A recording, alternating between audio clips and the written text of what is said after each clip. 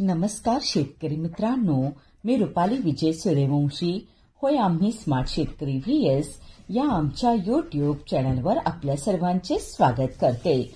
शेतकरी मित्रांनो, गहू पिकामध्ये उंदरांचा प्रादुर्भाव कमी करण्यासाठी अत्यंत सोपा उपाय आपण या व्हिडिओच्या माध्यमातून पाहणार आहोत.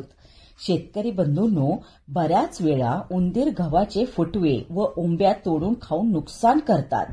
उंदरांचा प्रादुर्भाव असल्यास उंदरांचा व्यवस्थापन करण्याकरिता धान्याचा भरडा 49 भाग, 1 भाग गोड तेल व 1 भाग ब्रोमोडियोल 0.25 CB या प्रमाणात एकत्र मिसळून आमिष तयार करावे व चमचाभर आमिष प्लास्टिकच्या पिशवीत टाकून शेतातील जिवंत बिळामध्ये हे टाकावे किंवा बिळाजवळ ठेवावे. हे विषारी आमिष वापरताना अत्यंत काळजीपूर्वक कोणालाही इतरांना विषबाधा होणार नाही याची काळजी घेऊन वापरणे गरजेचे आहे.